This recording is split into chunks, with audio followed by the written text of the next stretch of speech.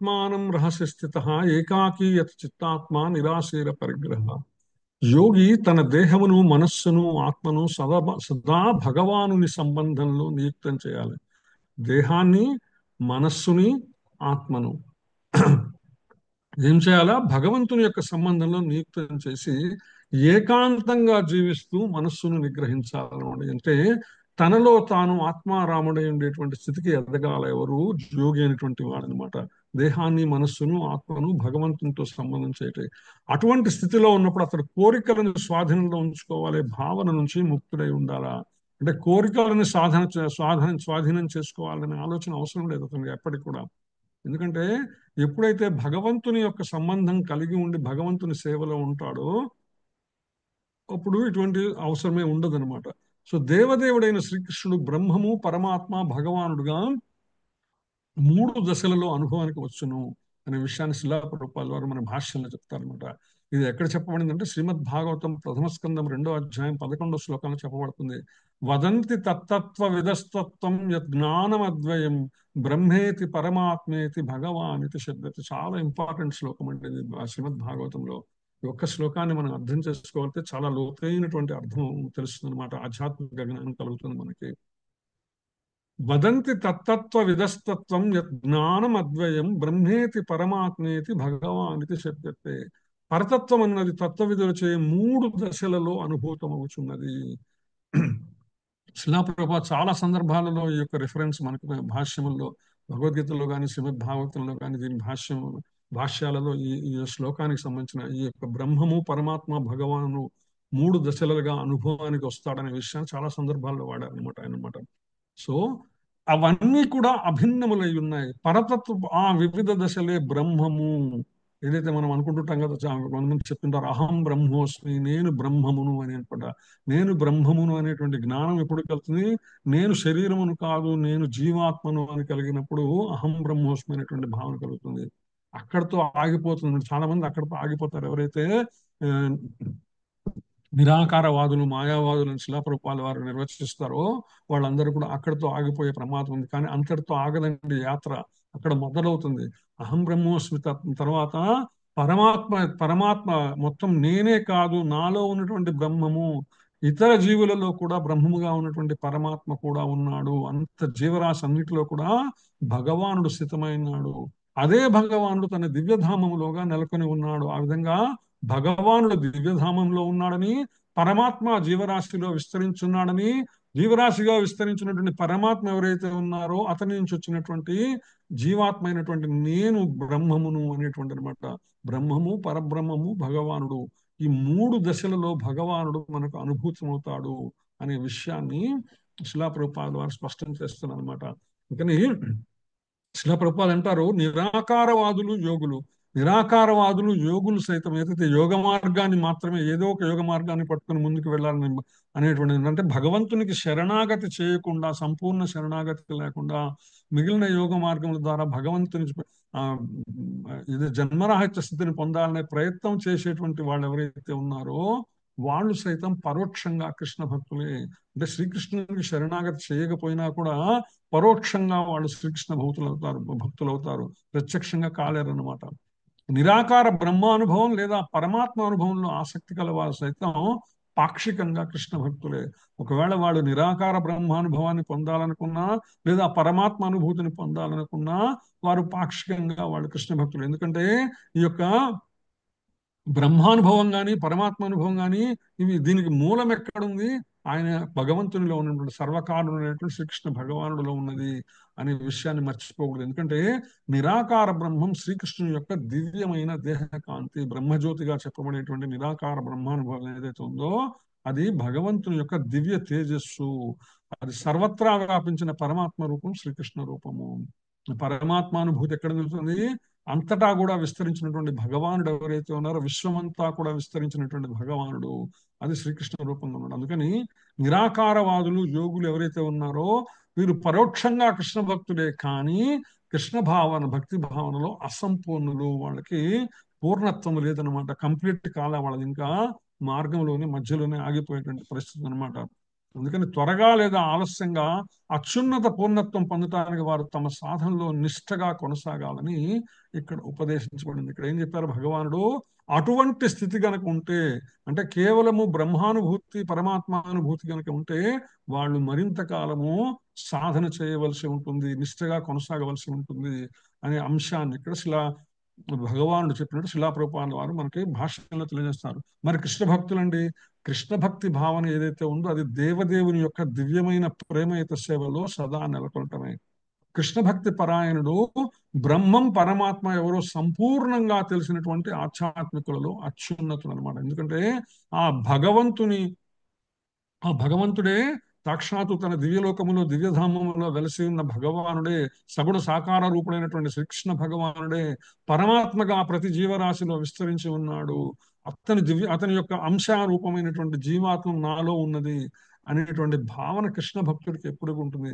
ప్రత్యేకించి ఈ జీవాత్మ ఏదైతే ఉందో, ఈ శరీరం ఏదైతే ఉన్నదో, ఇది ఇహలోకంలో కానీ పరలోకంలో కానీ భగవంతుని భక్తియుత సేవకు కోసం మాత్రమే ఉద్దేశించబడింది అనేటువంటి జ్ఞానం కలుగుతుంది శ్రీకృష్ణ భక్తుడికి ఎప్పుడు కూడా. అందుకని ఆధ్యాత్మికులలో అతడు అత్యున్నతుడు.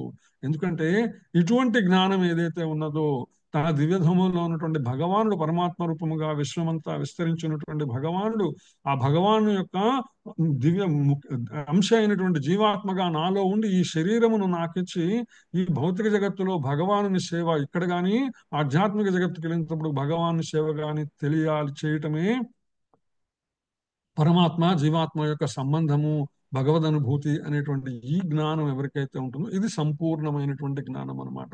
ఇది పరతత్వ జ్ఞానము సంపూర్ణముగా కలిగినటువంటి కృష్ణ భక్తులు చేసేటువంటి మా సాధన ప్రక్రియ. అందుకని కృష్ణుడిపై మనస్సును సంలగ్నం చేయటం యోగి యొక్క ప్రథమ కర్తవ్యము. యోగి ఒకవేళ కేవలము బ్రహ్మానుభూతి పరమాత్మానుభూతికి పరిమితమైపోతే మరుజన్మలో మరలా కూడా తాను భగవదనుభూతికి తను భగవదనుభూతి కోసం ప్రయత్నం చేయాల్సి ఉంటుంది. అందుకని కదా భగవాన్ చెప్పాడు, ఈ సంపూర్ణ జ్ఞానం ఏదైతే ఉందో, ఏది సంపూర్ణ జ్ఞానము? ఏదైతే భగవంతుని యొక్క భగవదనుభూతి పరమాత్మానుభూతి బ్రహ్మానుభూతి మూడు అనుభూతులు కలయికే సంపూర్ణ జ్ఞానము. ఇందులో కేవలం బ్రహ్మానుభూతికి పరిమితమైతే అది పార్షిక కొంచెం కొద్దిపాటి జ్ఞానమే. లేదు పరమాత్మానుభూతికి వెళ్తే మరింత మెరుగైనటువంటి భావమే, కానీ సంపూర్ణ జ్ఞానము కాదు. అందుకనే భగవాన్ చెప్పాడు భగవద్గీతలో, బహూనాం జన్మనామంతే జ్ఞానవాన్ ప్రపద్యతే వాసుదేవ సర్వమితి స మహాత్మా సుదుర్లభ అంటాడు. వాసుదేవుడే సర్వస్వం అనేటువంటి జ్ఞానం అంత సులభంగా రాదండి. ఆ సులభంగా వచ్చి ఆ జ్ఞానము కలిగిన రోజు, ఎప్పుడైతే జ్ఞానము కలిగి సంపూర్ణముగా వాసుదేవుడే సర్వస్వం అనేటువంటి ప్రపత్తి చేస్తారో, శరణాగతి చేస్తారో, అటువంటి వాళ్ళు ఎన్నో జన్మలు ఎత్తిన తర్వాత అనేటువంటి అటువంటిది లభించదనమాట. మన యొక్క అదృష్టం కొద్దీ మనకి శిలాప్రభుపాదుల వంటి మహానుభావులు కారణ జన్ములు, అదే విధంగా మన గురువులు ఎవరైతే ఉన్నారో శిక్షా గురువులు, వీళ్ళందరూ దీక్షా గురువులు, వాళ్ళందరి కృప వలన మనకి ఆ జ్ఞానము చాలా తొలినాళ్లలోనే అందేటువంటి అవకాశం మనకు లభించింది. కాబట్టి ఏం చేయాలి? ఒక మంచి అవకాశం లభిస్తే ఏం చేయాలి? దాన్ని అందిపుచ్చుకోవాలండి, వదిలిపెట్టకూడదు. అందుకని మనము కొంచెం కఠినమైన దాన్ని అందిపుచ్చుకునేటువంటి ప్రయత్నం చేయాలి. తద్వారా ఏదైతే సంపూర్ణ జ్ఞానము గురించిన అవగాహన మనకి ఇవ్వబడిందో భగవద్గీత ద్వారా, భాగవతం ద్వారా, శిలా ప్రభుపాల వారి భాష్యముల ద్వారా, మన గురువుల ద్వారా అందింపబడిందో దాన్ని వదులుకోకుండా గట్టిగా పట్టుకొని మనము ముందుకు వెళ్ళవలసిన అవసరం ఉన్నదనమాట. ఈ సందర్భంగా శిలా ప్రభుపాల వారు సమాధి స్థితి గురించి కూడా ప్రస్తావిస్తున్నారు. సమాధి అంటే క్షణకాలం మరొక కృష్ణుని సదా స్మరించుచు శ్రీకృష్ణ భగవానునిపై మనస్సు స్థిరపడటమే సమాధి స్థితి అనే విషయం మర్చిపోవాలి. ఎందుకంటే కృష్ణ భక్తి భావన అంటే ఆత్మ సమర్పణ అనేటువంటి భావన అనమాట. మనకి శ్రవణం దగ్గర మొదలుపెట్టి నవవిధ భక్తి మార్గంలో చివరికి ఆత్మ నివేదన దాకా వచ్చేటువంటి ప్రక్రియ ఏదైతే ఉందో, నవవిధ భక్తి మార్గం ఏదైతే ఉందో, ఇది ఉత్తమమైనటువంటి కృష్ణ భక్తి భావన, ఆత్మ సమర్పణ భావము. అందువలన సమాధి స్థితి ఇందులో బై డిఫాల్ట్ అనమాట, మనకు అప్రయత్నంగానే చేకూరేటువంటి పరిస్థితి అనమాట. ఎందుకంటే దానిలో నాది అనే భావనకు ఏమాత్రం ఆస్కారం ఉండదు. మనస్సును కేంద్రీకరించడానికి ఏకాంతంగా బాహ్య విషయాల వల్ల కలతలను నివారించాలి. ఆత్మానుభవానికి అనుకూలమైనటువంటి వాటిని గ్రహించాలి, ప్రతికూలమైనటువంటి వాటిని త్యజించాలి. కూడబెట్టాలనే భావంతో తనను బంధించే అనవసర విషయ వస్తువులపై ఎప్పుడు కూడా మనం తపన చెందకూడదండి. జీవుడు ఎప్పుడైతే ప్రత్యక్షంగా భక్తి భావంలో నెలకొంటాడో ఈ సంపూర్ణత్వం నియమాలు అప్రయత్నంగా చక్కగా అమరుతాయి. మనకు తెలియకుండానే భగవానుడు మనకు అవసరమైనటువంటి, మనలో సంకల్పం ఒక్కటే ఉండాలండి. భగవంతుని చేరాలని, భగవంతుని చేరేటువంటి మార్గాన్ని మనం తెలుసుకోవాలని, దానికి సరైనటువంటి మార్గదర్శనం మనకు కావాలని మనం కోరుకోవాలనే సంకల్పం ఒకటి ఉంటే చాలు. అప్రయత్నంగానే భగవానుడు మనకు అవసరమైనటువంటి పరిస్థితులన్నీ కూడా ఏర్పాటు చేస్తాడు. ఒక చక్కటి శిక్షా గురువుని ఏర్పాటు చేస్తారు, చక్కటి సత్సాంగత్యం ఏర్పాటు చేస్తారు, చక్కటి భగవత్ సంబంధ విషయ జ్ఞానాన్ని చెప్పేటువంటి భగవద్గీత భాగవత ఉపదేశం చెప్పేటువంటి శిక్షా గురువుల్ని, ప్రత్యేకించి శిలా ప్రభుపాదుల వారి వంటి భాష్యాన్ని మనం అర్థం చేసుకునే ప్రయత్నానికి అవసరమైనటువంటి ఏర్పాట్లన్నీ కూడా భగవానుడు చేస్తారు. అలా చేయబట్టే కదా మనందరం ఈ రోజు ఇక్కడ కూర్చొని అద్భుతమైనటువంటి శిలా ప్రభుపాదుల వారి భాష్యాన్ని మనం చెప్పుకోగలుగుతున్నాము. అందుకని కేవలం సంకల్ప మార్తం చేత ఇవన్నీ వచ్చేటువంటి అవకాశం ఉంది. ఏదైతే ఇప్పటిదాకా శిలా ప్రభుపాదుల వారి భాషలో చెప్పారో దానికి మూలమైనటువంటి భక్తి రసామృత సింధువులోని ఒక శ్లోకాన్ని ప్రస్తావిస్తారు. శ్రీ రూప గోస్వామి వివరించినటువంటి కృష్ణ భక్తి భావన ఎటువంటిదంటే, అనాసక్తస్య విషయాన్ యథార్హముపయుంజత నిర్బంధ కృష్ణ సంబంధే యుక్తం వైరాగ్యముచ్యతే ముముక్షుభి పరిత్యాగో వైరాగ్యం ఫల్గు కర్చతే అని చెప్తున్నారు అనమాట. దేనితో సంగత్వము కలిగి ఉండక, ఏది కనిపిస్తే దాంతో బంధాన్ని పెంచుకోకూడదండి. అదే సమయంలో ప్రతిదీ కృష్ణుని కొరకు స్వీకరించే మనుషుడు సర్వం తానే పొంది ఉండాలనే భావనకు అతీతులై ఉంటారు. ఎందుకంటే ఈ భౌతిక ప్రపంచంలో కనిపించే ప్రతిదీ కూడా భగవంతుని యొక్క ఐశ్వర్యము, భగవంతుని కృపచే పొందాం కాబట్టి ఇవేవి నాది కాదు, కేవలం భగవత్ కరుణ వలన ఆయన నా కోసం అమర్చాడు. అందుకని వీటిని నేను ఆయనకి వినియోగించాలి. ఇవన్నీ ఎందుకు ఇచ్చాడు ఆయన అంటే, ఆయన్ని సేవించడం కోసం ఇచ్చాడు కాబట్టి నేను ఇవన్నీ ఆయన సేవలో వినియోగించుకోవాలి అనే భావన ఎప్పుడైతే ఉంటుందో అది స్వామిత్వం, అంటే నేను అనేటువంటి భావం పోతుందన్నమాట. అతీతుడై ఉంటాడనమాట. కృష్ణుడితో వాటికి గల సంబంధం తెలియక సర్వం త్యజించువారు వైరాగ్యంలో పూర్ణత్వం పొందినవాడు కాదు. ఈ భౌతిక ప్రపంచం యొక్క సృష్టి, భౌతిక ప్రపంచంలోని ప్రతి జీవరాశి, ప్రతి అణువు కూడా కృష్ణ సంబంధము, నిర్బంధ కృష్ణ సంబంధే, కృష్ణుడితో సంబంధించినది, కృష్ణుని యొక్క సొత్తు, ఇది కృష్ణుని యొక్క సేవకే వినియోగించాలనే భావన ఎవరికైతే ఉండదో అటువంటి వాడు ఎప్పుడు కూడా వైరాగ్యంతో, తనకి ఎటువంటి ఆసక్తి లేదని ప్రదర్శించుకోవడానికి ప్రయత్నం చేసినా కూడా అతనికి పూర్ణత్వం లభించదు అనే విషయాన్ని శిలా ప్రభుపాదుల వారు స్పష్టం చేస్తున్నారు. అందుకని తెలుసుకోవాల్సింది ఏంటి, నిర్బంధ కృష్ణ సంబంధే, ప్రతిదీ కూడా కృష్ణుని యొక్క ఐశ్వర్యము, కృష్ణుని కృప, అది లేకుండా ఏమీ జరగదు. ఏదైతే నేను ఇప్పుడు అనుభవిస్తున్నానో ఇదంతా కూడా భగవంతుని యొక్క ఐశ్వర్యము. ఆయన నాకు ఈ అవకాశం ఇచ్చాడు, ఎందుకంటే నాకు ఇచ్చిన అవకాశాన్ని సద్వినియోగం చేసుకోవాలి. ఏ విధంగా భగవంతుని భక్తియుత సేవలు చేయాలనేటువంటి ఉద్దేశం. అంతే కదండి. ఒక ఉద్యోగానికి వెళ్తాం మనం. ఒక ఉద్యోగానికి వెళ్ళినప్పుడు ఉద్యోగంలో కావాల్సినటువంటి ఏర్పాట్లన్నీ కూడా అక్కడ ఆఫీసులో కూర్చోడానికి కుర్చీ, కూర్చోడానికి వసతి కుర్చీ, బల్ల, ఇంటర్నెట్, ఫోను, మధ్య మధ్యలో తాగడానికి మంచినీళ్లు, ఆ అట్లే విధంగా మిగిలిన ఏర్పాట్లన్నీ కూడా చేస్తారు. ఎందుకు? ఉద్యోగస్తుల కోసమని. ఆ యొక్క యజమాని అనమాట. ఎందుకోసము? వాళ్ళందరూ ఆ యజమాని కోసం పనిచేస్తారు. అలాగే భగవానుడు మన కోసం ఇన్ని ఏర్పాట్లు చేశాడనమాట. ఎన్ని ఏర్పాట్లు చేశాడంటే, మనం ఏది కావాలనుకుంటే అదన్నీ కూడా మనకు ఏర్పాటు చేశాడు ఆయన. ఏర్పాటు ఎందుకు చేశాడంటే మనము ఆయనని సేవించడం కోసం. ఇది ఆయన యొక్క ఐశ్వర్యము కాబట్టి ఈ ఐశ్వర్యము ద్వారా భగవంతుని సేవించాలనే విషయం అనమాట. కృష్ణ భక్తులు ఎప్పుడు కూడా సర్వం కృష్ణుడికే చెందినని తెలిసి నాది అనే భావం నుంచి ముక్తులై ఉంటారు. వారికి కొరకు దేనిపై ఆసక్తి కలిగి ఉండదు. ఇది నా సొంతము, నేను నాకే చెందినది అనేటువంటి భావన ఎప్పుడు ఉండదన్నమాట. ఏదైతే తన భక్తికి దోహదమైన విషయాలు ఎలా గ్రహించాలో, ప్రతిబంధకమైనటువంటి విషయాలు అంటే భక్తిని పక్కకు మళ్లించే విషయాలను ఎలా వదిలిపోయాలో వాళ్ళకి సంపూర్ణంగా తెలుసుకుంటుంది అనమాట. ఆటోమేటిక్గా మనందరం కూడా ఏంటంటే సత్సాంగత్యం వల్ల మన యొక్క శిక్షా గురువులు ఎవరైతే ఉన్నారో, లేదా సీనియర్ డివోటీస్ ఎవరైతే ఉన్నారో వారి మార్గదర్శనం వల్ల మనం ఏది ఎలా చేయాలి, ఏది చేయకూడదు అనేటువంటి విషయ జ్ఞానాన్ని మనం పొందగలుగుతున్నాం అనమాట. ఎందుకంటే ఇది ఒక కృష్ణ భక్తులకు మాత్రమే సాధ్యమవుతుంది. దివ్య స్థితిలోని భక్తులు సదా విషయ వస్తువుల నుంచి దూరంగా ఉంటారు. ఎవరైతే ఇది మొత్తము భగవంతుని యొక్క కృప, భగవంతుని యొక్క ఐశ్వర్యము అనేటువంటి భావన ఉంటుందో ఆటోమేటిక్ గా మనకి సంబంధం లేదు, ఇది ఆయనది కాబట్టి వీటి మీద ఎప్పుడు కూడా ఆసక్తి ఉండదన్నమాట. అభక్తులతో సంబంధం లేకుండా వల్ల వాడు సదా ఒంటరిగా ఉంటారు. ఇది అండి కీలకము. ఏకాకి యథచిత్తాత్మ అని ఇక్కడ చెప్పబడింది ఏదైతే ఉందో, ఏకాంతంగా జీవిస్తూ మనస్సును నిగ్రహించాలి అంటే ఏమంటే ఎవరితో సంబంధం లేకుండా ఉండాలంటే ఎవరితో కాదు, ఇక్కడ కృష్ణ భక్తులతో సంబంధం ఉంటే ఆటోమేటిక్ గా దాని గురించే సంభాషణ జరుగుతుంది. కృష్ణ భక్తులు ఇద్దరు కలిసినప్పుడు ఏం మాట్లాడుకుంటారు? కేవలం కృష్ణ భక్తి గురించి మాట్లాడుకుంటారు, లేదా అంతకుముందు విన్న విషయాల గురించి మాట్లాడుకుంటారు. అంతకుముందు ఏ ఏ గురు మహారాజు ప్రవచనం గురించి విన్నామో, లేదా ఏ యొక్క శిక్షా గురు లెక్చర్ గురించి విన్నామో దాని గురించి సంభాషణ ఉంటుంది. భాగవతం మీద సంభాషణ ఉంటుంది, భగవద్గీత సంభాషణ ఉంటుంది. ఇది అంతా కూడా కృష్ణ భక్తి భావనలో మార్గమే. ఇది ఏకాకిగా ఉండటం అవసరం లేదు. ఏకాకి ఎక్కడి నుంచి అవుతారంటే అభక్తుల నుంచి. ఎవరైతే భగవత్ సంబంధ విషయములు కాక ఇతర విషయములు మాట్లాడుతుంటారో వాళ్ళ నుంచి దూరంగా వెళ్ళిపోతారనమాట. వాళ్ళ నుంచి దూరంగా ఉంటారు వాళ్ళు ఎప్పుడు కూడా. ఎందుకంటే తమకున్న కొద్దిపాటి జీవిత కాలంలో కొద్దిపాటి సమయాన్ని ఎంత ఎక్కువ దాన్ని భగవంతుని యొక్క నామ కథా లీలా స్మరణలో, శ్రవణ కీర్తన స్మరణలో వినియోగించాలనే లక్ష్యంతో ఉంటారు. కాబట్టి వాళ్ళు అందరిలో ఉన్నా కూడా కృష్ణ భక్తులతో కలిసినప్పుడు కూడా ఏకాంతంగానే ఉంటారు. ఎలా అంటే అదే భావనలో ఉంటారు. కాబట్టి అందువలన కృష్ణ భక్తులు సంపూర్ణ యోగులు అనే విషయాన్ని శిలా ప్రభుపాద భాష్యంలో తెలియజేస్తున్నారు అనమాట. ఎలా ఉంటారని చెప్తూ ఈ సందర్భంగా రెండు పద్యాలు మనకి పోతన గారి భాగవతంలో వస్తాయి. ప్రహ్లాద చరిత్రలో ప్రహ్లాదుడు ఎలా ఉండేవాడు, అందరితో ఉంటూ కూడా ఏకాంతంగానే ఉండేవాడు అనమాట.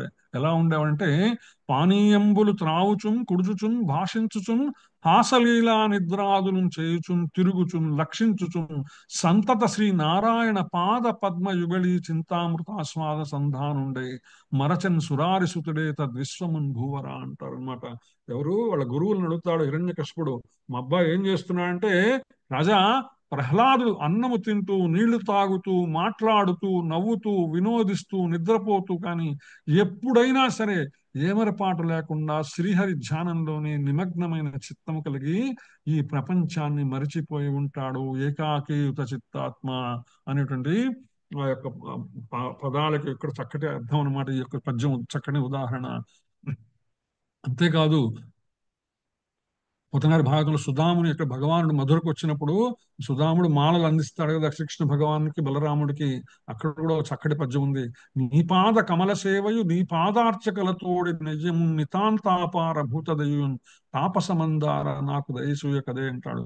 ఏం కోరుకుంటాడంటే సుధాముడు, తాపసులను కల్పవృక్షం వంటి వాడా శ్రీకృష్ణ, కమలముల వంటి నీ పాదాల పరిచర్యను, నీ పాదాలు పూజించే భక్తులతో చెల్లెమిని, సర్వ ప్రాణుల మీద అపరిమితమైన దయను నాకు ప్రసాదించు అనేటువంటి ఉద్దేశంతో యోగి యుంజీత సతతం ఆత్మానం రహసి స్థిత ఏకాకీయుత చిత్తాత్మ నిరాశీర పరిగ్రహ. ఎప్పుడు కూడా అటువంటి ఉన్నతమైనటువంటి భావనలో ఉంటారు ఎప్పుడు భగవద్భక్తులు కూడా. అందుకని భగవద్భక్తుల సాంగత్యము కూడా ఒక విధంగా భగవత్ చింతనలో ఏకాంతము లాంటిదే అనే విషయాన్ని మనం గుర్తుంచుకోవాలన్నమాట.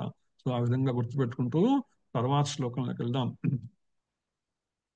శుచౌ దేశే ప్రతిష్టాప్య స్థిరమానసమాత్మనః నాచ్యుత్సితం నాతి నీచం చైలాజిన కుశోత్తరం తత్రైకాగ్రం మనః కృత్వా యతచిత్తేంద్రియక్రియః ఉపవిశ్యాసనే యుంజాత్ యోగమాత్మా విశుద్ధయే. శుచౌ దేశే ప్రతిష్టాప్య స్థిరమానసమాత్మనః నాచ్యుచ్ఛ్రితం నాతి నీచం చైలాజిన కుశోత్తరం తత్రైకాగ్రం మనః కృత్వా యుతచిత్తేంద్రియక్రియః ఉపవిశ్యాసనే యుంజాత్ యోగమాత్మా విశుద్ధయే. హరే కృష్ణ. హరే కృష్ణ ప్రభుజీ. హరే కృష్ణ. శుచౌ దేశే ప్రతిష్టాప్య స్థిరమాసనమాత్మనః నాత్యుచ్ఛ్రితం నాతి నీచం చైలాజిన కుశోత్తరం తత్రైకాగ్రం మనః కృత్వా యతచిత్తేంద్రియక్రియః ఉపవిశ్యాసనే యుంజాద్ యోగమాత్మవిశుద్ధయే. యోగాభ్యాసం కొరకు యోగి ఏకాంత స్థలములకేగి నేలపై కుశగ్రాసమును పరిచి దానిని జింక చర్మము మరియు వస్త్రంతో కప్పవలను. అట్టి ఆసనము అతి ఎత్తుగాను లేదా అతి క్రిందుగాను ఉండక పవిత్ర స్థానంలో ఏర్పాటు కావలను. పిదపాతడు దానిపై స్థిరముగా కూర్చుండి ఇంద్రియ మనోకర్మలు నియమించి మనస్సును ఏకాగ్రపరిచి హృదయ శుద్ధి కొరకు యోగమును అభ్యసించవలను. హరే కృష్ణ. హరే కృష్ణ మాతాజీ. హరే కృష్ణ. వినీత కృష్ణమోహిని మాతాజీ, మాత చదువుతారా మీ శ్లోకాలు విని? హరే కృష్ణ ప్రభు ప్రణామ్. హరే కృష్ణ మాతాజీ. శుచౌ దేశే ప్రతిష్టాప్య స్థిరమాసనమాత్మనః నాత్యుచిత్రం నాతి నీచం శైలాజిన కుశోత్తరం తత్రైకాగ్రం మనః కృత్వా యతచిత్తేంద్రియః క్రియః ఉపవిశ్యాసనే యుంయాద్ యోగమాత్మా విశుద్ధయే.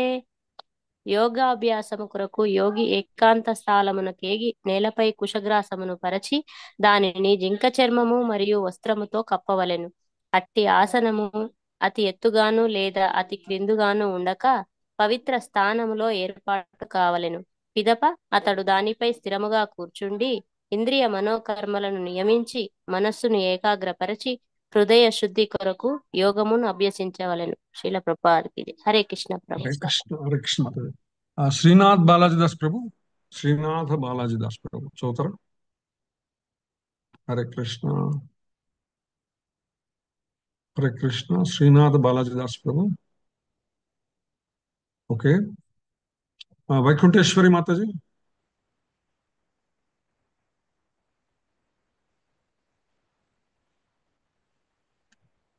హరే కృష్ణ. వైకుంఠేశ్వరి మాతాజీ. ఓకే, డిస్కనెక్ట్ అయినారు మాతాజీ. ఓకే, రాధామాత చదవండి మాతాజీ. హరే కృష్ణ ప్రభుజీ. ప్రణామాలు ప్రభుజీ. హరే కృష్ణ. శుచౌ దేశే ప్రతిష్టాప్య స్థిరమాసనమాత్మనః నాత్యుచ్ఛ్రిత్రం నాతి నీచం శైలాజి కుశోత్తరం తైత్రాకాగ్రం మనః కృత్వా యతచిత్తేంద్రియ క్రియః ఉపవిశ్యాసనయ యుంజద్ యోగమాత్మా విశుద్ధయే. యోగాభ్యాసము కొరకు యోగి ఏకాంత స్థలమున కేగి నేలపై కుశగ్రాసమును పరిచి దానిని జింక చర్మము మరియు వస్త్రముతో కప్పవలెను. అట్టి ఆసనము అతి ఎత్తుగాను లేదా అతి క్రిందుగాను ఉండక పవిత్ర స్థానములో ఏర్పాటు కావలెను. పిదప అతడు దానిపై స్థిరముగా కూర్చుండి ఇంద్రియ మనోకర్మలను నియమించి మనసును ఏకాగ్ర పరిచి హృదయ శుద్ధి కొరకు యోగము అభ్యసించవలెను. హరే కృష్ణ ప్రభు. కృష్ణ. ధన్యవాదాలు. Thank you. సో యోగాభ్యాసము కొరకు ఏదైతే యోగాభ్యాసం ఇక్కడ చెప్పబడుతున్నదో అష్టాంగ యోగ మార్గం ఏదైతే ఉన్నదో అదనమాట. యోగాభ్యాసము కొరకు యోగి ఏకాంత స్థలమునకు వెళ్ళి నేలపై కుశగ్రాసమును పరిచి ఎలా కూర్చోవాలి అష్టాంగ యోగ విధానంలో చేసేటువంటి వ్యక్తి అంటే ఒక ఏకాంత స్థలంలోకి వెళ్ళాలి. ఇంక తన చుట్టూ ఎవరు లేనటువంటి ప్రదేశానికి వెళ్ళి నేలపై కుశగ్రాసాన్ని పరిచి, అంటే దర్భ అంటారు కదా మనం వాడతారు గడ్డి లాంటిది, దాన్ని పరుచుకోవాలన్నట. దానిని జింక చర్మము మరియు వస్త్రముతో కప్పాలి అనమాట. దాని మీద జింక చర్మం వేసి దాని మీద వస్త్రంతో కప్పి అటువంటి ఆసనం అత్యంత ఎత్తుగా ఉండకూడదు, అదే విధంగా అత్యంత కిందకు కూడా ఉండకూడదు అనమాట. అది పవిత్ర స్థానంలో ఏర్పాటు చేసుకోవాలి. దాని తర్వాత దానిపై కూర్చుండి ఇంద్రియ మనోకర్మలను నియమించి మనస్సును ఏకాగ్రపరిచి ఏం చేయాలి? అతడు ఇంద్రియాన్ని మనస్సు యొక్క కర్మలు ఏవైతే ఉంటాయో వాటినంటిని నియంత్రించాల్సి ఉంటుంది అనమాట. మనస్సును ఏకాగ్రపరచాలి. హృదయ శుద్ధి కోసం యోగాన్ని అభ్యసించాలి అనే విషయాన్ని చెప్తున్నారు ఇక్కడ అష్టాంగ యోగ విధానంలో ఉన్నటువంటి విషయం అనమాట. ఇక్కడ శిలాప్రపాల శుచౌ దేశే అనే పదం ఇక్కడ తీర్థస్థానాలను సూచిస్తున్నది అని చెప్తారు. ఇక్కడ మనం ఈ యొక్క శ్లోకంలో ఏదైతే శుచౌ దేశే అనేటువంటి పదం ఏదైతే ఉన్నదో దీన్ని మనం ఎలా స్వీకరించాలి? వాస్తవానికి శుచి అంటే చాలా శుభ్రమైనటువంటి, దేశ అంటే స్థలము ప్రదేశము ఏదైనా కావచ్చు అనమాట. కానీ ఇక్కడ శిలాప్రపాల చెప్తున్నది దీనికి మనము తీర్థస్థానాలను చూస్తుండే. తీర్థస్థానాలు అంటే ఎక్కడైతే తీర్థం అంటే ఆ యొక్క నదీ ప్రవాహం ఉంటుందో ఆ యొక్క ప్రదేశాలు అన్నమాట. భరత భూమిలో యోగులు భక్తులు ఇల్లి వదిలి గంగా యమున వంటి పవిత్ర నదులు ప్రవహించే ప్రయాగ మధుర బృందావనం హృషికేశ్ హరిద్వార వంటి తీర్థస్థానాలకు వెళ్ళి ఏకాంత యోగాభ్యాసం చేస్తారు అనేటువంటిది అనమాట. కొంతమంది యోగులు ఎవరైతే ఉంటారో నదీ తీర ప్రాంతాలకు వెళ్ళి నదీ ప్రవాహం ఏంటంటే తమ యొక్క జీవన శైలి కొనసాగడానికి ఇబ్బంది లేకుండా ఉండటానికి అదే సందర్భంగా ఏకాంతంగా ఉండి ఆ యొక్క ప్రదేశంలో ఉత్తమమైనటువంటి స్థానములలో అక్కడ ఉండి వాళ్ళు తీర్థస్థానాలకు వెళ్ళి ఏకాంత యోగాభ్యాసం చేస్తారు వాళ్ళు. అయితే ఏంటంటే శిలాప్రభుపాల వారు ఏంటంటే ప్రత్యేకించి శిలాప్రభుపాల వారు ఈ భాష్యం రాసింది యూరప్ అమెరికా వాళ్ళకి చెందినటువంటి ఉద్దేశంతో కాబట్టి ఇది అన్ని వేళలా అందరికీ సాధ్యం కాదు. ముఖ్యంగా పాశ్చాత్య దేశస్తులకి ఏ దేశంలో అయితే వాళ్ళు ఉన్నారో అక్కడి నుంచి వాళ్ళు ఇక్కడికి వచ్చి తీర్థస్థానాలకు వచ్చి చేయటం అనేది ఇంత సులభమైనటువంటి విషయం కాదు, సాధ్యం కాదు. ధనం పొందు నగరాలు ధనం పొందేటువంటి యోగ సంఘాలు కొన్ని ఇప్పుడు మనం చూస్తుంటాం. అనేక యోగా నేర్పిస్తాం అనేటువంటి అసోసియేషన్స్ మనకు కనిపిస్తుంటాయి అనమాట. అవి మేము ధ్యాన యోగం నేర్పిస్తాము, లేకపోతే మేము ఆసన యోగం నేర్పిస్తాము, లేకపోతే మేము ఇంకొక యోగం రాజ యోగం నేర్పిస్తాము. ఇట్లా యోగములు అనమాట. హఠయోగం నేర్పిస్తాము. రకరకాల యోగములన్నీ నేర్పించడానికి రకరకాల సంఘాలన్నీ ఇప్పుడు పుట్టుకొచ్చేసినాయి. ప్రపంచవ్యాప్తంగా పుట్టుకొచ్చినాయి. ఒక భారతదేశం కాదండి, ప్రపంచవ్యాప్తంగా పుట్టుకొచ్చినాయి అనమాట. ఇవన్నీ ఏంటంటే ఒక ఫీజు అనమాట. కొంత డబ్బు కట్టడం, తద్వారా మనం దాని నుంచి ఫలం పొందేటువంటి ప్రయత్నం ఉంది. ఇటువంటి సంఘాలు ఏవైతే ఉన్నాయో ఇవి వాస్తవ యోగ సాధనకు తగినటువంటివి కాదు. ఎందుకంటే వాళ్ళు అష్టాంగ యోగము విధానంలో ఉన్నటువంటి ఒకటో లేదా రెండో ముఖ్యమైనటువంటి అంశాలను తీసుకొని వాటి మీద మాత్రమే ఫోకస్ చేసి వాటిని మాత్రమే ప్రచారం చేసుకుని వాటి ద్వారా డబ్బు సంపాదించాలనేటువంటి ఆలోచన తప్ప సంపూర్ణమైనటువంటి అష్టాంగ యోగ విధానం యమ నియమ ఆసన ప్రాణాయామ ప్రత్యాహార ధారణ ధ్యాన సమాధి యోగాలు ఏవైతే ఉన్నాయో ఈ యొక్క యోగం విధానాలు అన్నిటినీ సంపూర్ణముగా ముందు వాళ్ళకి తెలియదు అనమాట. ఎందుకంటే కలికాలంలో ఇది ఆచరణ సాధ్యం కానటువంటి విషయం, ఆచరించడానికి అంత సాధ్యమైనటువంటి విషయం కాదనమాట. అందుకని వాళ్ళు ఏం చేశారు, వాటిలో కొన్ని తీసుకొని వాటి ద్వారా కొంత వాళ్ళు దాని మీద వ్యాపారం చేసేటువంటి దృక్పథం ఇప్పుడు ప్రపంచవ్యాప్తంగా మనం చూస్తున్నాం. భారతదేశంలో అయితే విస్తృతంగా కూడా ఉన్నదనమాట. అయితే ఆత్మ నిగ్రహం లేని మనోచంచలత కలవారు ధ్యానం కొనసాగించలేరు. ఎవరైతే ప్రత్యేకైతే ధ్యానం మాత్రమే వాళ్ళు చెప్పేటువంటి ప్రయత్నం చేస్తున్నారో, ధ్యాన యోగం అనేటువంటి విధానాన్ని ప్రచారం చేసుకున్న తద్వారా వాళ్ళు దాని మీద సంపాదించుకుంటున్నారో వాళ్ళ గురించి చెప్తున్నా. ఆత్మ నిగ్రహం లేకుండా మనోచంచలత కలవారు ధ్యానాన్ని కొనసాగించలేరు. ఎందుకంటే కలియుగంలో జనులు అల్పాయుష్కులు.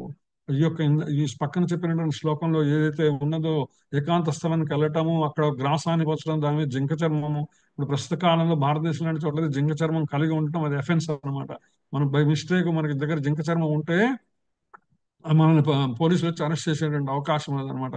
నీకు ఎక్కడ దొరికింది, ఇది ఎక్కడి నుంచి తీసుకొచ్చావు అనమాట. అందుకని అది సాధ్యమయ్యేటువంటి పని కాదు ప్రస్తుత కాలంలో అనమాట. జింక చర్మం వేయటము, దాని వస్త్రం వేయటము, దాని మీద కూర్చోవటము, ఏకాంతంగా కూర్చోవడం అసలు వీలయ్యేటువంటి పరిస్థితి కాదు.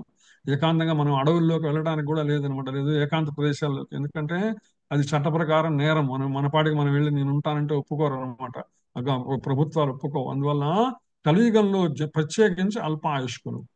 కనీసం ఏంటంటే కలియుగ ప్రామాణికమైన 120 సంవత్సరాలు జీవించడానికి కూడా మనం ఎంతమంది చూస్తున్నాం. 120 సంవత్సరాలు బతికునే వాళ్ళని 70 దాటంగానే అబ్బో 70 ఏళ్ళు పైన ఉన్నారా, లేదా 80 దాటంగానే అమ్మో 80 ఏళ్ళు, ఆయన 90 ఏళ్ళు అంటే 90 ఏళ్ళు ఇంకా ఉన్నారు, బ్రహ్మాండంగా ఉన్నారా అనుకుంటూ ఉన్నాం. 90 ఏళ్ళు దాటి ఉన్నారంటే అట్లా ప్రస్తుత కాలంలో ఏంటంటే అల్పాయుష్కులు 100 దాటడం అనేటువంటిది మనం చూడాల. మేబీ ఎక్కడో ఒక్కడో ఇద్దరు 100 దాటిన వాళ్ళు మనకు కనిపిస్తారు ప్రపంచవ్యాప్తంగా తప్ప. ఈ కలియుగానికి కాలపరిమితి 120 సంవత్సరాలు ఉన్నప్పటికీ కూడా కనీసం 100 దాటేటువంటి పరిస్థితి ఎవరికి లేదనమాట. అందుకని ప్రత్యేకించి ఆధ్యాత్మిక పురోగతిలో బద్ధకస్తులు తాపత్రయాలచే కలత చెంది ఉంటారు. ఇది మనకి శ్రీమద్ భాగవతం మందాహ సుమందమతయో మందభాగ్య అనేటువంటి శ్లోకంలో వస్తుంది కదా. ఈ యొక్క బద్ధకస్తులు అనమాట ఆధ్యాత్మిక పురోగతిలో ప్రత్యేకంగా కలియుగంలో తాపత్రయాలతో కలత చెంది ఉంటారు. ఎప్పుడు కూడా ఏదో ఒక కలతతో నిండి ఉంటుంది మనసంతా కూడా కలియుగంలో అనమాట. ఎందుకంటే కలహయుగం ఇది, కలియుగము. ఆ కలహం ఎక్కడో లేదండి, ఎవరి మనసులో వాళ్ళ కలహం ఉంటుంది అనమాట. ఈ విషయం ఇలా చేయాలా, అటు చేయాలా, ఇటు చేయాలా సంఘర్షణ నిరంతరము. ఈ కలహం ఎవరి మనసులో వాళ్ళకి కొనసాగుతూనే ఉంటుంది అనమాట. అటువంటి వారి ఆత్మానుభవానికి హరినామ సంకీర్తనే ఉత్తమ మార్గం అని శిలాప్రభుపాద వారు మనకి స్పష్టం చేస్తున్నారు భాష్యంలో. దానికి సంబంధించి కొన్ని ప్రామాణికాలు కూడా ఆయన చెప్తున్నారు. నారదీయ పురాణంలో చెప్పబడింది. హరేర్నామ హరేర్నామ హరేర్నామ కేవలం కలవు నాస్తేవ నాస్తేవ నాస్తేవ గతిరన్యథ అని. కపటము మరియు కలహములతో కూడిన ఈ కలియుగంలో హరినామ కీర్తనే ఏకైకమానం. హరేర్నామై కేవలం కలో నాస్తేవ నాస్తేవ నాస్తేవ గతిరన్నమాట. ఈ కలహయుగంలో హరినామ కీర్తన మాత్రమే ఏకైక మార్గం. దాన్ని మించింది మరొకటి లేదు.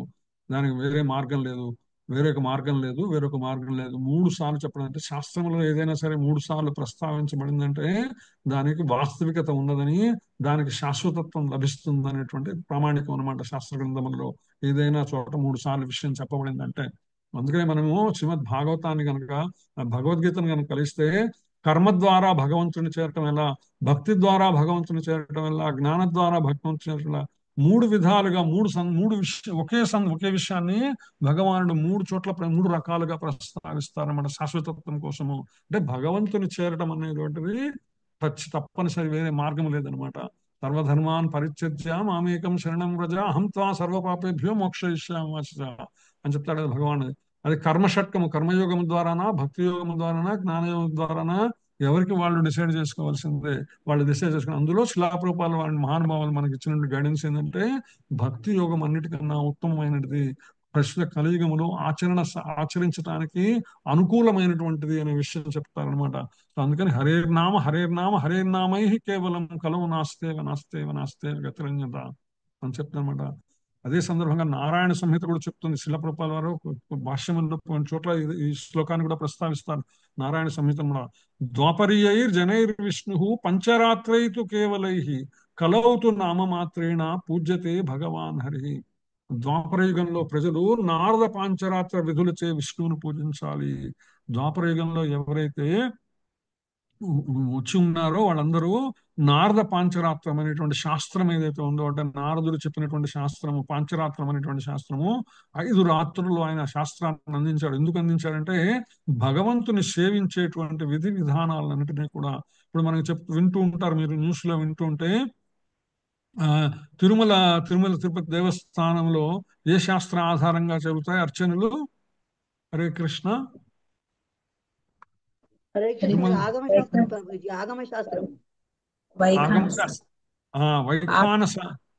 వైఖానస ఆగమం అంటారు మాతాజీది. ఒట్టి ఆగమం కాదు. ఆగమం అంటే వేదముల సంబంధమైనటువంటిది. విఖనస మహర్షి అని ఒక ఆయన రాశారనమాట.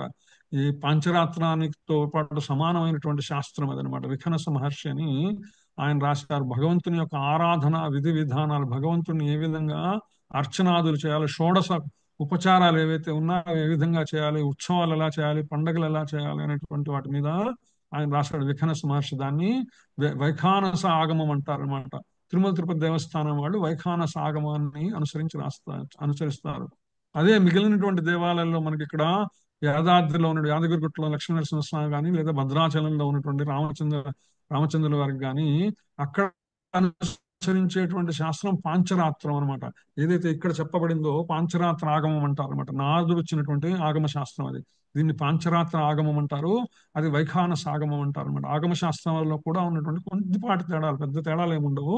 అది వాళ్ళు వాడేటువంటి ఉపయోగించేటువంటి మాన్యువల్ అనమాట. ఒక విధంగా ఇదంటే మాన్యువల్ అంటారు. ఇప్పుడు అంతే కదా, మోడర్న్ మనం ఏదైనా ఒక ఎక్విప్మెంట్ కొన్నాము. ఒక ఎక్విప్మెంట్ కొన్నప్పుడు ఒక రిఫ్రిజిరేటర్ లేదా ఇంకొక ఏదైనా టెలివిజన్ కొంటే ఒక మాన్యువల్ ఇస్తారనమాట తయారు చేసినటువంటి వాళ్ళు. ఎట్లా దీన్ని వాడుకోవాలి, ఎలా వాడకూడదు అని అనమాట అని చెప్తారు.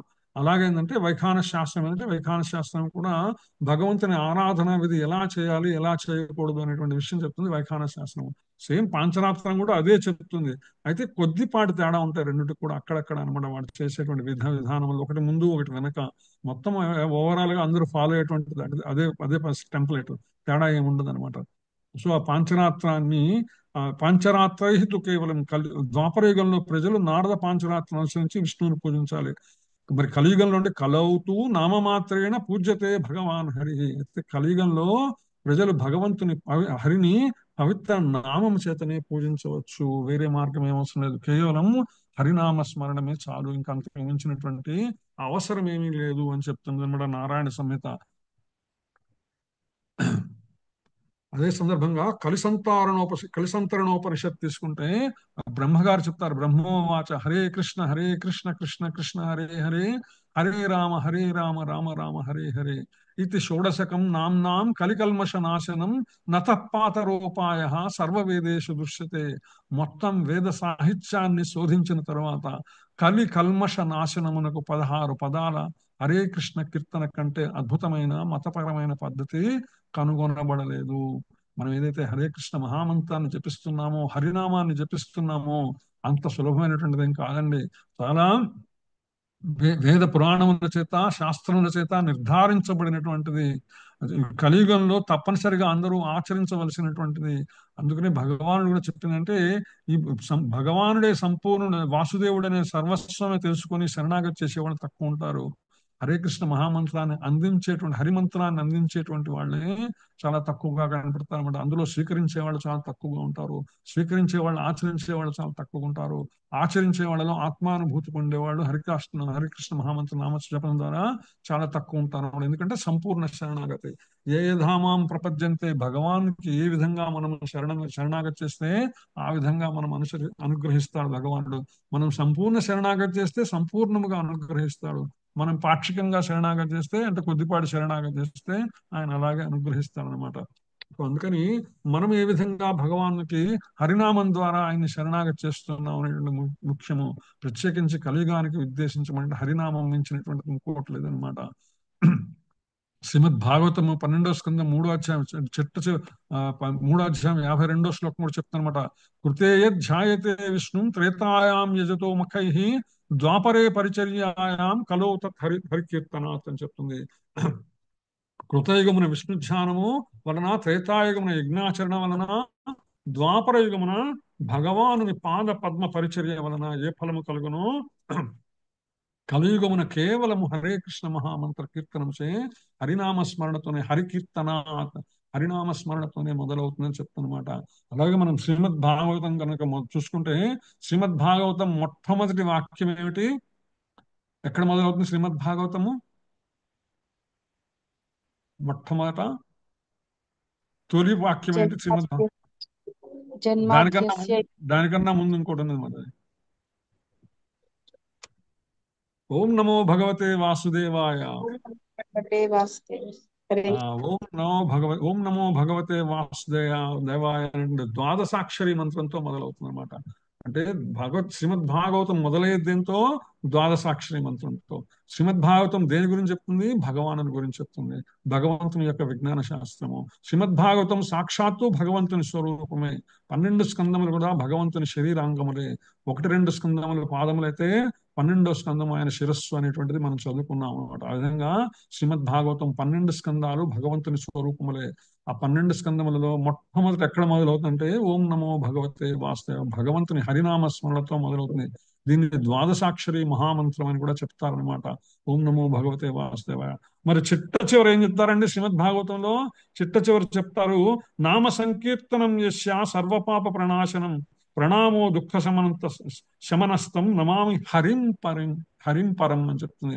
చిట్ట చివరి శ్లోకం శ్రీమద్ భాగవతంలో ఏం చెప్తుందంటే, ఎవ్వని పవిత్ర నామములు సామూహిక సంకీర్తనం సమస్త పాపాలని నశింపచేస్తుందో, ఎవ్వనికి నమస్కరించుటదే సమస్త దుఃఖాలు శమిస్తాయో, అట్టి దేవదేవుడైనటువంటి హరికి నేను నమస్కరించును అనేటువంటి శ్లోకంతో ముగిస్తుంది మనకి శ్రీమద్ భాగవతం అనమాట.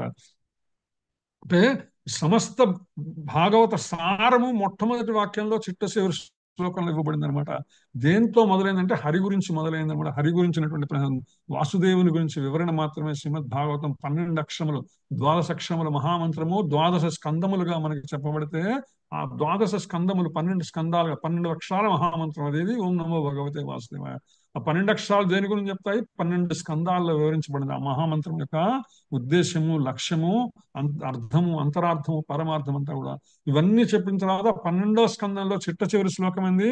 నామ సంకీర్తనం యశ, హరినామ సంకీర్తనం మించినటువంటిది హరిం పరం, హరినామ సంకీర్తనం మించినటువంటి వేరే మార్గమే లేదు అని చెప్తూ నమాచార్యులు అంటారన్నమాట. హరినామమే కడు ఆనందకరము, మరుగవో మరుగవో మరుగవో మనసు అంటారు. ఇందాక మనం ఏం చెప్తున్నాం, హరేర్నామ హరేర్నామ హరేర్నామై కేవలం కలౌ నాస్తేవ నాస్తేవ నాస్తేవ గతిరన్యద. హరేర్నామ హరేర్నామ హరేర్నామ అనేటువంటి 3 సార్లు చెప్పబడింది ఆ శ్లోకం, ఆ యొక్క శ్లోకంలో భగవంతుని నామం అనమాట. అలాగే నాస్తేవ నాస్తేవ నాస్తేవ అనేటువంటి పదం కూడా 3 సార్లు చెప్పబడింది అనమాట. ఇందాక చెప్పుకున్నాం 3 సార్లు చెప్పబడితే శాశ్వతత్వం వస్తుంది అని, శాశ్వత కలుగుతుంది దానికని. అదే విధంగా ఇక్కడ కనుక మనం చూస్తే హనుమాచార్య గారు హరినామమే కడు ఆనందకరము, కడు అంటే చిట్ట చివరి, ఇంకా దానికి మించినటువంటి ఆనందం ఇంకొకటి లేదు అని చెప్తున్నారు హనుమాచార్యులు. చెప్తూ ఆయన ఏమంటారు, మరుగవో మరుగవో మరుగవో మనస అంటారు. అంటే బాగా మరగమంటున్నాడు ఆయన. అంటే రెండు రకాలైన అర్థం చేసుకోవచ్చు అండి మనం తెలుగులో. దీని మరుగు అనేటువంటి పదానికి 2 రకాలైన అర్థాలు ఉన్నాయన్నమాట. మరుగవు అంటే బాగా దానికి బానిసవు, వ్యసనం అవ్వు, అది నీకు వ్యసనం అవ్వాలి. ఏది వ్యసనం అవ్వాలా? ఆ భగవంతుని హరినామం వ్యసనం అవ్వాలి. హరే కృష్ణ కృష్ణ కృష్ణ హరే హరే, హరే రామ రామ రామ హరే హరే అన్నమాట. ఏ విధంగా అయితే దేనికైనా బానిసైనటువంటి వ్యక్తి దాన్ని వదిలితే వదలకుండా ఉండలేడు అని క్షణక్షణం దాన్నే కోరుకుంటాడు, మనము కూడా మనసా వాచ కర్మణ హరినామానికి మరగాలి, బాగా వ్యసనం కావాలి మనకు అనమాట. అంతేకాదు మరుగవో మరుగవో మరుగవో మనసు అంటే మనసు అందులో బాగా బాయిల్ అవ్వాలండి. మరగటం అంటే బాయిల్ అవటం అంటారు కదా మనకి తెలుగులో. బాగా దాన్ని నీళ్ళని బాగా వేడి చేస్తుంటే నీళ్లు మరిగినాయి అంటారు కదా పొయ్యి మీద పెట్టినప్పుడు. మరుగవో మరుగు మనసుని కూడా హరినామంలో మనం బాగా బాయిల్ చేయాలి. ఆ విధంగా హరినామమే దాన్ని మించినటువంటి ఆనందం ఇంకొకటి లేదు. మరుగవో మరుగవో మరుగవో మనస వెక్కసమగు నీ నామము వెల సులభము ఫలమధికము దిక్కై నన్నేలిత వికనవి తీరని నా ధనమయ్య అంటారు. మరొక కీర్తనలు అనువచాలు అనమాట. వెక్కసముగు నీ నామం, ఎంత నీ నామం చేయాలంటే ఎంత ఎక్కువ చేసినా కూడా ఇంకా దానికి అంతే ఉండదు. ఎంత చేసినా కూడా పర్వాలేదు. రోజుకి 16 మాలలు కాదు, 32 మాలలు కాదు, 64 మాలలు కాదు, 108 మాలలు చేసినా కూడా తక్కువే అనమాట. ఎందుకంటే అది వెల సులభము ఫలం అధికము. ఏమన్నా ఖర్చు అవుతుందా అండి హరినామం పలకడానికి? హరినామము అని హరే కృష్ణ కృష్ణ కృష్ణ హరే హరే, హరే రామ రామ రామ హరే హరే నామము మనం నోట్లోంచి పలకాలంటే ఏమైనా డబ్బులు కట్టాలా మనం ఎవరికన్నా? ఏదైనా ఖర్చు అవుతుందా దానివల్ల? ఏమీ కాదు. ఇంకా మరింత మంచిదే శరీరమునకు, ఆరోగ్యమునకు, మనస్సుకు కూడా అనమాట. వెక్కసమగు నీ నామం వెల సులభము, ఏం ఖర్చు లేదని, చాలా చాలా సులభమైనటువంటిది. మరి ఫలము అధికము. ఆ నామాన్ని పలికినంత వరకు దాన్ని మించినటువంటి ఫలం ఇంకోట్లేదు. దిక్కై నన్నేలితవి కన్నవి దిక్కై నన్నేలితవి కన్నవి తీరని నా ధనమయ్యా. నాకు ఇంతకన్నా ఇంత ధనరాశి ఉన్నది. నాకు ఎంత ధనరాశి ఉన్నది? నీ మహామంత్రాన్ని నిరంతరము జపించేటువంటి ధనరాశి ఎంత జపించినా కూడా తరిగేది కాదండి ఈ ధనం. ఏది మహామంత్ర ధనం ఏదైతే ఉన్నదో ఎంత ఖర్చు పెట్టినా కూడా అది ఖర్చు కాదు, వస్తూనే ఉంటుంది నిరంతర. మనము ఎంత వాడుకుంటే అంత వస్తుంది అనమాట, ఎంత జపం చేస్తే అంత వస్తుంటుంది అనమాట. ఇట్లా హరినామం ఏదైతే ఉన్నదో, నన్ను నువ్వు ఈ మంత్రం ఇచ్చి నన్ను కాపాడావయ్యా అని చెప్తున్నారు అనమాట. సో ఆ విధంగా శిలా ప్రభుపాదుల వారు ఈ భాష్యంలో ప్రత్యేకించి కలియుగములో యొక్క మంత్ర ప్రాముఖ్యత గురించి ఎందుకు చెప్పారంటే, బృహన్నారది పురాణం గురించి, నారాయణ సంహితలోని, కలిసంతరణ ఉపనిషత్తు నుంచి, శ్రీమద్ భాగవతంలోంచి ఇటువంటి కీర్తనలన్నీ, శ్లోకాలన్నీ కూడా ఈ ప్రత్యేకంగా ఈ భాష్యానికి ఎందుకు చెప్పారంటే, ఏదైతే ఇక్కడ ఈ శ్లోకములలో చెప్పబడినటువంటి అష్టాంగ యోగ సాధన ఉన్నదో అది మనం వినటంలో తప్పేం లేదు, విని తెలుసుకోవాల్సిందే తప్పనిసరిగా. అయితే కలియుగంలో మాట ఇటువంటి సాధన అనేటువంటిది ఏదైతే ఉందో అంత సాధ్యం కాదు, ఆచరణ కాదు. ఏకాంత ప్రదేశానికి వెళ్ళడం సాధ్యం కాదు. అక్కడ ఎత్తైన ప్రదేశంలో కూర్చోవడం, మరీ ఎత్తైంది మరీ నీచమైంది సాధ్యం కాదు. అక్కడ కూర్చొని మనము గ్రాసాన్ని పడుచుకొని దాని మీద జింక చర్మం వేసుకుని దాని మీద మనం వస్త్రం కప్పుకొని మనం కళ్ళు మూసుకొని ఇంద్రియాలన్నిటిని నిగ్రహించి మనస్సును ఏకాగ్రపరిచి హృదయ శుద్ధి కోసం యోగాన్ని అభ్యసించడం అన్నది ఆచరణకు సాధ్యమయ్యేటువంటి విషయం కాదు అనే విషయం చెప్తారన్నమాట. చెప్తూ భగవానుడు కూడా మనకి తర్వాత చెప్తారనమాట. ఇదే అధ్యాయంలో చివరికి భక్తి యోగం మించినటువంటిది మీరు ఒకటి లేదయ్యా అని చెప్తారు. అంటే అన్ని వివరాలు మనకు అందించాల్సిన బాధ్యతగా, తన బాధ్యతగా భగవాన్ అన్ని విషయాలు చెప్తారు. అన్ని విషయాలు చెప్పి ఏం చేయాలనేది మనకు వదిలిపెడతారు. స్వతంత్రం అనమాట. అక్కడే మనకి ఇబ్బంది వస్తుంది. ఎక్కడైతే స్వతంత్రం ఇవ్వబడిందో అక్కడ దుర్వినియోగం అయ్యేటువంటి అవకాశం ఉంది. అందుకనే మనకు అక్కడ అటువంటి చోటే మనకి మార్గదర్శి అవసరం ఉంటుంది అనమాట, గైడెన్స్ అవసరం ఉంటుంది. అందుకని సత్సాంగత్యము, సాధు సాంగత్యము, శాస్త్ర సాంగత్యము తప్పనిసరి అని చెప్పేది అనమాట. అంటే ఆ గురువులను ఆశ్రయించి గురువుల ద్వారా ఆయా సందర్భంలో ఎలా చేయాలి అనే విషయం ఎలా తెలుస్తుందంటే ఇటువంటి వాటి ద్వారా తెలుస్తుంది. అందుకని అష్టాంగ యోగ విధానములో ఏదైతే పద్ధతి ఉందో అది చెప్తూ, కానీ కలియుగానికి అవసరమైంది ఏంటంటే హరినామమే, హరినామాన్ని మించినటువంటిది మరొకటి లేదు అని శిలా ప్రభుపాద చెప్తూ ఇక్కడ ముగిస్తారనమాట. సో ఆ విధంగా మనం ఇప్పుడు దాకా ఇవాటి దాకా అక్కడ చెప్పుకున్నాము. ఇవాటి దాకా మనం చెప్పుకున్న విషయాల గురించి ఏమైనా సరే మార్పులు చేర్పులు కానీ, లేదా ఏమైనా ప్రశ్నలు కానీ, లేదా నేను ముందు చెప్పినట్టు మీరు ఏదైనా బై మిస్టేక్ ఏదైనా ఒక ముఖ్యాంశం మీరు నోట్ చేసి పెట్టుకొని ఉంటే పుస్తకంలో, అది కానీ షేర్ చేసుకోండి. హరే కృష్ణ. హరే కృష్ణ. హరే కృష్ణ ప్రభుజీ. ప్రణామాలు ప్రభుజీ. దండత్ మాతాజీ. ఆగమ పంచరాత్రం అనేది తెలుసు కానీ వైఖాన ఆగమ పంచమాత్రం తెలియదు మా ప్రభుజీ. వింటుంటే ఎన్నో ఓకే. అర్థమవుతుంటాయి ప్రభుజీ. ఇంకొకటి ద్వాదశాక్షరి మంత్రం 12 అక్షరాలని తెలుసు కానీ 12 స్కందాలకు ఒక్కొక్క అక్షరం అని వర్తించుతుందని ఇప్పుడే విన్నాం ప్రభుజీ. చాలా హరే విషయాలు బాబు. చెప్తుంటారు ప్రభుజీ. హరే కృష్ణ. హరే కృష్ణ. హరే హరే కృష్ణ కృష్ణ ప్రభుజీ. ప్రభుజీ. ప్రణామాలు ప్రభుజీ. హరే కృష్ణ మాతాజీ. ప్రభుజీ మీరు ఇందాక చెప్పారు కదా సంకల్పం చేసుకోవడం అంటే, సంకల్పం అన్నా శరణాగతి అన్నా సేమ్ ఆ ప్రభుజీ. ఇంకొకటి ఏమంటే మనం ప్రతిరోజు నిత్య పూజలో మనం భగవంతుడిని ఇలా సంకల్పం చేసుకోవడంలో కోరిక అనేది అట్లా అనుకోవచ్చా, లేకపోతే అది కరెక్టేనా లేకపోతే అది తప్పంటారా అనేది డౌట్ ఉంది ప్రభుజీ. ఓకే మాతాజీ. కన్ఫ్యూజ్ అయింటారు మీరైతే. సంకల్పం అంటే మనం పూజలో చేసుకునే సంకల్పం కాదు. ఏంటంటే సంకల్పం అంటే నా ఉద్దేశం ఏంటంటే మన మనసులో భావన రావడం అనమాట. మన మనసులో ఏదైతే మనం అనుకుంటామో తలుచుకుంటామో, నిన్ను తలచినంచనే నామది ఏదో జల్లు జల్లు అని అంటారు అన్నమాచార్యులు ఇంకో కీర్తనలో. సో ఎప్పుడైతే మనం తలుచుకుంటామో భగవంతుణ్ణి, ఏమని తలుచుకుంటామో భగవంతుని చేరేది ఎలా అనేటువంటి భావన మనలో ఏదైతే మనసులో వస్తుందో అది సంకల్పం అనమాట. ఎప్పుడైతే ఆ భావన వచ్చిందో దానికి తగ్గట్టుగా భగవానుడు ఏర్పాట్లు చేస్తాడు. మన దగ్గరికి భక్తులను పంపిస్తాడు, మన దగ్గరికి శిక్షాగురువులు పంపిస్తారు, మన దగ్గరికి శాస్త్రాలు పంపిస్తారు, శాస్త్రజ్ఞానం చెప్పే విధానాన్ని పంపిస్తారు, అన్ని ఆయన అరేంజ్ చేస్తాడు. ఇప్పుడు అంతే కదా, నేను కానీ మీరు కానీ ఇక్కడ ఉన్న వాళ్ళందరం కూడా ఈ భగవంతుని గురించి తెలుసుకోవాలి అనేటువంటి ఒక ఆలోచనతోనే మనందరం ఇక్కడ చేరాము. అవునా కదా? అవును ప్రభుజీ. ఎలా చేరామంటే ఒక్కొక్కళ్ళు ఒక్కొక్క విధంగా చేరాము. తెలిసిన ఇంకొకళ్ళ ద్వారా తెలుసు, మనకు ప్రత్యక్షంగా తెలుసు, మనకు మనంతటా తెలుసుకున్నాం.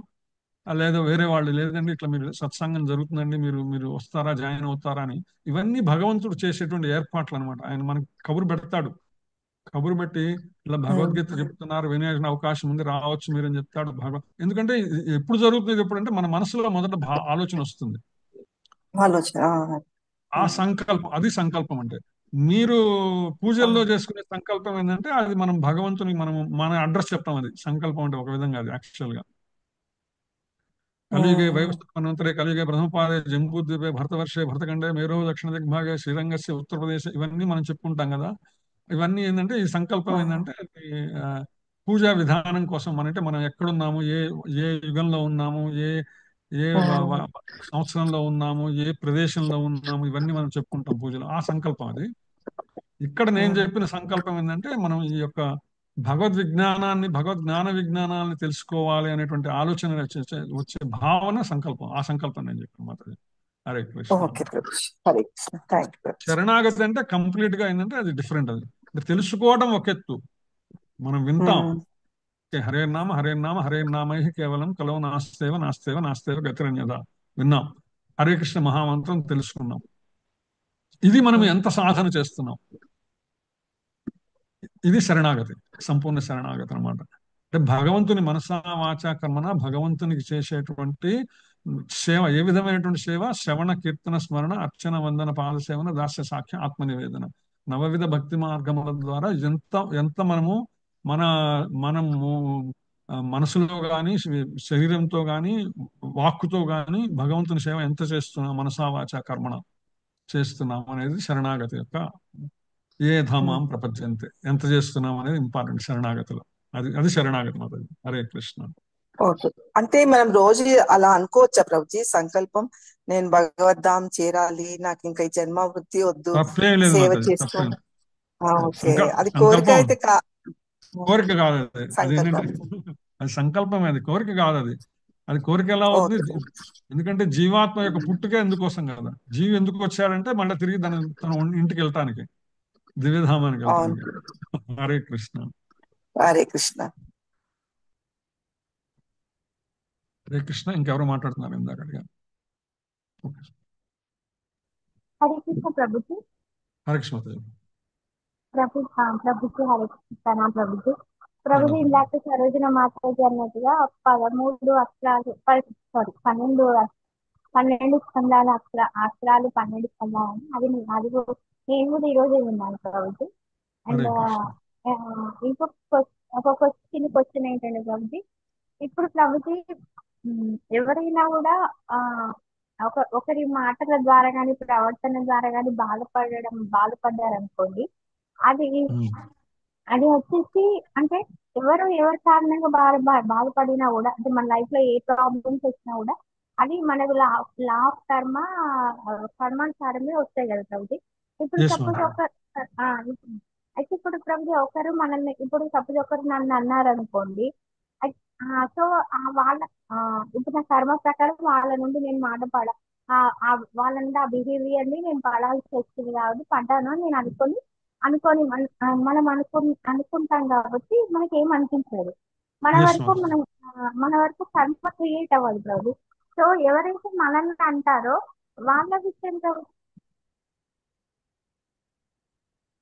వాళ్ళ విషయం అంటే వాళ్ళకి మళ్ళీ కర్మ కొత్తగా వాళ్ళు క్రియేట్ చేసుకున్నట్టు అవుతుందా? ఎస్ మాతాజీ, కరెక్ట్ అవుతుంది. అందులో ప్రత్యేకంగా ఏంటంటే హనుమాచార్య కీర్తనలు అంటారు, పరనింద ఉరితాడు అంటాడు ఆయన. మనం ఇతరులను నిందించడం అనేది ఏదైతుందో అది మనం ఉరేసుకున్న దాంతో సమానం. మీరు చెప్పిన పాయింట్ కరెక్ట్. ఎవరైతే మిమ్మల్ని నిందించారో లేదా ఏదైనా అన్నారో అప్పుడు మీరు దాన్ని మీరు భగవత్ ప్రసాద్ నా కర్మఫలంగా నేను మీరు స్వీకరించినప్పుడు ఎవరైతే అన్నారో ఖచ్చితంగా వాళ్ళు దానికి తగిన కర్మఫలం అనుభవించి తీరవలసిందే. అందులో ప్రత్యేకించి ఏంటంటే అది సామాన్యమైనటువంటిది కాదంటారు హనుమాచార్యుల వారు.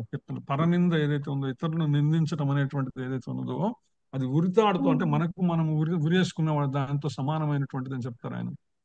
సో అందుకని అది భక్తుల ఉన్నత లక్ష్యం భక్తుల గొప్పతనం ఏంటంటే వాళ్ళు అన్నా కూడా దాన్ని వాళ్ళ మనసుకి పట్టించుకోరు అనమాట. ఎందుకంటే ఇది నా కర్మఫలం వచ్చింది, నేను అనుభవించాను అనుకుంటాను అంతే. సో అందుకని అది కృష్ణ ప్రసాదం అని ఎప్పుడైతే స్వీకరించామో ఇంకా దాని గురించి బాధే ఉండదు, చింతన కూడా ఉండదు, ఎటువంటి ఆలోచన ఉండదు. ఎప్పుడైతే అన్నారో వాళ్ళ ఖచ్చితంగా దాని కర్మఫలం వాళ్ళు అనుభవిస్తారు. వాళ్ళ కాస్త రేపు కాస్త ఎల్లుండి ఎప్పుడు తప్పనిసరిగా వాళ్ళకి అవుతుంది. అంటే ప్రభుజీ మరి ఒకవేళ ఇన్ కేసు వాళ్ళు మనసులో మనల్ని తిట్టుకున్నా కూడా అది వర్తిస్తారు ప్రభుజీ? ఎస్ మనసులో అనుకున్నా ఎక్కడ అనుకున్నా కూడా, ఎందుకంటే పరమాత్మ లోపల ఉన్నాడు కదా. అంటే మనకి బయటకి మనలేదు కదా, మన ముందు లేదు కదా. అనక్కర్లేదు మాతాజీ, మన సంకల్పం మనసులో అనుకున్నదైనా కూడా ఆయనకి తెలుస్తుంది కదా, తెలియకుండా ఏముంటుంది ఆయనకి. ఇలా ప్రత్యేకంగా ఏంటంటే భక్తులని ఏమన్నా అంటే ఆయన అసలు వదిలిపెట్టాడు. తన మీద ఇప్పుడు భీష్ముడు కృష్ణుడి మీద ఎన్నో బాణాలు వేశాడు. కృష్ణుడి మీద ఎన్నో బాణాలు వేసినా ఆయన పెద్ద పట్టించుకోవాలి, అవన్నీ తీసి పక్కన పడేశాడు. కానీ ఎప్పుడైతే అర్జునుడి మీదకి ఆయన బాణాలు విస్తృతంగా వేశాడో అప్పుడు భీష్ముడి మీదకి ఆయన రథచక్రాన్ని ఎత్తుకొని వెళ్ళాడు. సో అందుకని భగవానుడు ఏం చేస్తాడే, తనను ఏమన్నా ఆయన పట్టించుకోడు, కానీ తన భక్తులను ఏమన్నా అంటే మాత్రం ఎవరిని వదిలిపెట్టాడు. హరే కృష్ణ. హరే